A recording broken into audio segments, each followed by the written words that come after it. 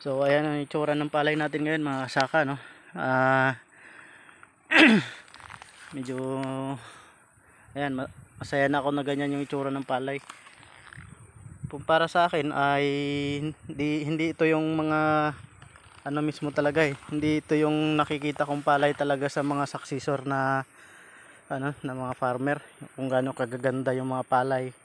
Pero para sa akin masaya na ako dito sa ganito, na sa unang pagsubok ko ay napabunga ko sila ng ganito, at naalagaan kahit na dinaanan ng bagyo. Ilang bagyong dumaan dito, pero sa awa ng may kapal ay talagang ano, hindi niya tayo pinabayaan, hindi niya pinabayaan yung palay na mawala. Although may mga ilang ano din na nasira, pero kahit pa paano ay na ano din, naka-recover din. So yan, nagpatuyo na tayo ng tubig. Medyo ano, ayan yung itsura ng palay.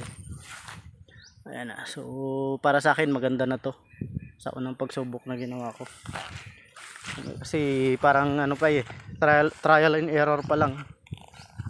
Tsaka masyadong na-rush kasi yung pagka ano dito, pagkatanim. Kumbaga late na siyang naitanim mula sa pagkapunla, kasi nga nagkaroon ng hindi magandang pangyayari sa pamilya namin, nawala yung airpot ko, kaya late na siyang naitanim. At ayun, tapos dinaanan pa ng bagyo. Kaya salamat na din sa Diyos at nagkaganito yung bunga ng palay. Ilang araw na lang mga kasaka, anihin na ito. Ayan, medyo namumuti na kasi, kumbaga pahinog na talaga siya, kaya ano, pinatuyuan na ng tubig.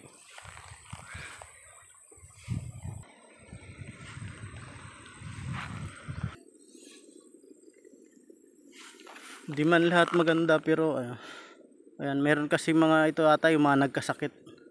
Ayan, yung mga nagkasakit na hindi na ano ng ano, kumbaga hindi na nakasurvive, pero mas madami pa rin yung palay talaga.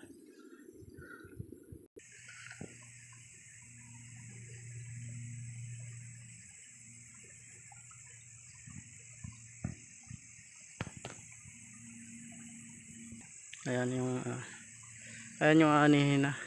Meron kasing portion doon sa kabila, yung ibang binhi late siya, siguro mga 5 days or 7 days siyang malilate dito sa karamihan. Check natin, tignan din natin. Nandun yung aming munting kubo sa taas, pahingahan para sa ano.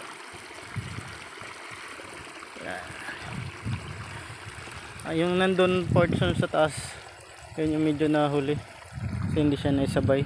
Kumbaga sabay siyang itinanim, tapos magkaibang binhi kasi, kaya late siyang ano, late siyang ma-harvest. Yung dito yung halos yung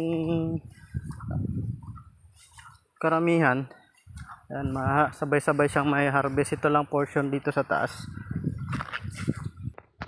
Ayan, pahinog na siya mga kasaka, kaya tinanggalan na natin ng tubig.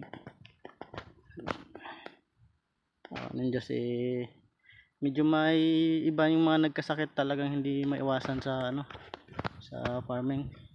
Ayan.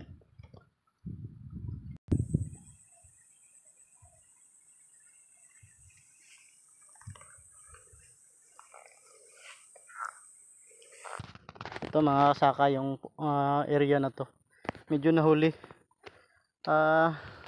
Sabay naman to silang itinanim, kaya lang ano, nahuli siya ng ano, magkaibang binhi kasi ito.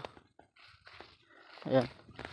So ito mahaba yung ano, mahaba yung tawag dito, ano ng palay. Ayan siya mga kasaka.